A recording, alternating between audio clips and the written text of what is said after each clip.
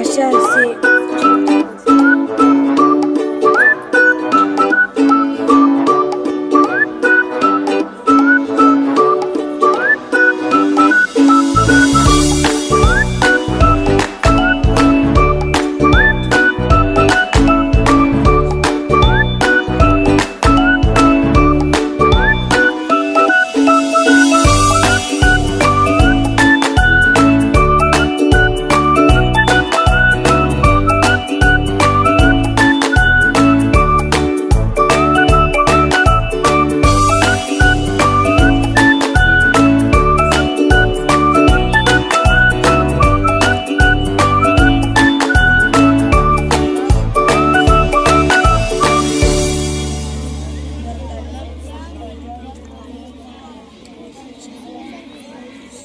जंगलात एकदा सगळ्या प्राण्यांनी मिळून कार्यक्रम ठरविला. त्याप्रमाणे समारंभ सुरू झाला. कोणी भाषा केले आणि नक्कल केली, कोणी विनोद सांगितला तर कोणी गाणे म्हटले.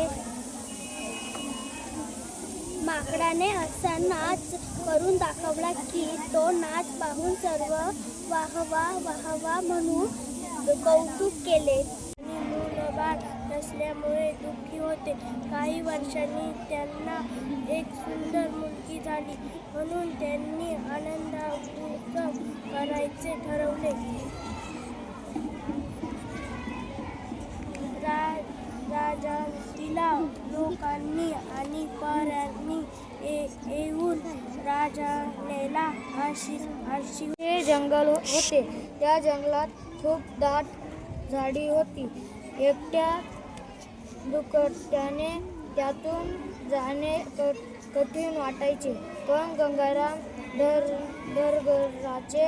धनगराचे एक दिवस खूप महत्त्वाचे काम निघाल्याने त्याला एकट्याला त्या जंगलातून पुढच्या गावी जावे लागले. अंधार पडेपर्यंत जंगल पार करावे म्हणून तो अगदी झपाझप. खूप काट्यांची थंडी पडली होती. थंडीचं दातावर दात कडकडत जात. दाताखाली बसले की काय असे वाटत असे. होय, खांद्यावर पाणी कसेल थंडगार बर्फ म्हणजे ना, बिरोबाने सांगितले. बरोबर असा पाण्यात जर एखादा माणूस पडला तर थंडीने मरूनच जाईल. तो काही जीवन राहणार नाही. खरे ना हे? भाषाने विचारले. हे काही खरे ना नाही. खावीन कितीतरी माणसे रात्रभर पाण्यात उभे राहून जप करतात ते तर शालेचा प्रकल्प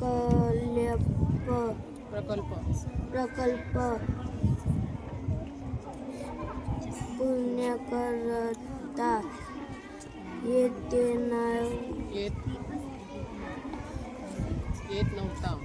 नव्हता.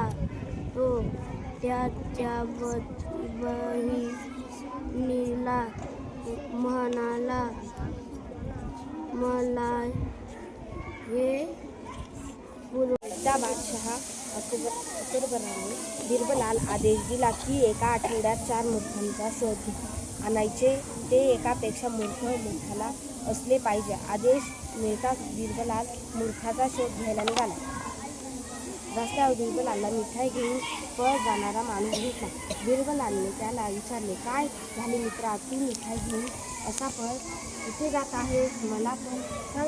पूजा किशोर खेरनार. माझ्या शाळेचे नाव झेडपी प्रायमरी स्कूल मुसलगाव. मी आज पंचतंत्राच्या गोष्टी हे पुस्तक वाचलेलं आहे. याचे लेखक आहे बाबा भांड.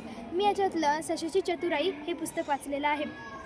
तर याच्यामध्ये असं दाखवलं आहे की एकदा काय होतं, सिंह खूप म्हातारा झालेला असतो, त्याच्यामुळे त्याला शिकार करायला खूप अवघड जाते.